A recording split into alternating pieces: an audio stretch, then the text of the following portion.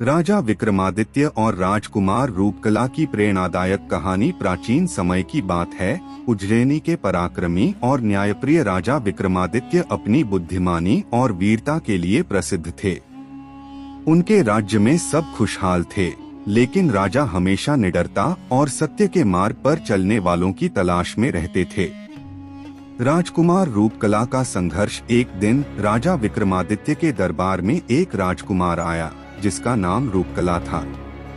वह देखने में अत्यंत सुंदर था, लेकिन उसकी आंखों में एक अनोखी चमक और आत्मविश्वास झलक रहा था।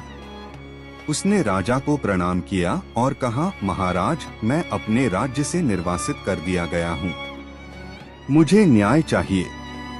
राजा विक्रमादित्य ने धैर्यपूर्वक उसकी कहानी सुनी। रूपकला ने बताया कि उसके राज्य में उसके सौतेले भाई ने षड्यंत्र रचकर उसे राजमहल से निकाल दिया और राज्य पर अधिकार कर लिया। राजा विक्रमादित्य की परीक्षा। राजा विक्रमादित्य ने कहा, न्याय का मार्ग कठिन होता है।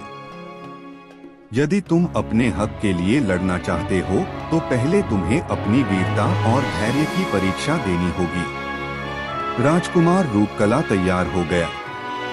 राजा ने उसे एक कठिन यात्रा पर भेजा, जिसमें उसे जंगलों, रेगिस्तानों और दुर्गम पहाड़ों से गुजरना था। उसे लोगों की सेवा करनी थी, सत्य का साथ देना था और कठिन परिस्थितियों में अपने साहस की परीक्षा देनी थी। संघर्ष और विजय। रूपकला ने हर परीक्षा को सफलतापूर्वक पार किया।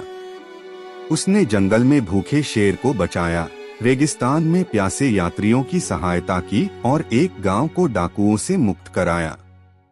उसकी निडरता और दयालुता देखकर राजा विक्रमादित्य प्रभावित हुए और बोले, अब समय आ गया है कि तुम अपने राज्य को वापस प्राप्त करो।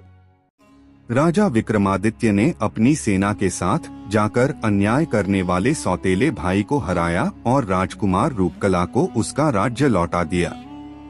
शिक्षा। राजा विक्रमादित्य ने कहा, सत्य और न्याय की राह कठिन होती है, लेकिन जो धैर्य और साहस रखता है वही सच्चा राजा बनता है। राजकुमार रूपकला ने अपने अनुभव से सीखा कि सच्ची शक्ति बाहरी रूप में नहीं, बल्कि अंदरूनी हिम्मत, धैर्य और सत्य के प्रति निष्ठा में होती है। उसने अपने राज्य में राजा विक्रमादित्य की नीतियों का अनुसरण किया और एक न्यायप्रिय शासक बना। निष्कर्ष। यह कहानी हमें सिखाती है कि संघर्ष और परीक्षा से घबराना नहीं चाहिए। जो व्यक्ति कठिनाइयों का सामना कर सत्य और न्याय की राह पर चलता है, वही असली विजेता होता है।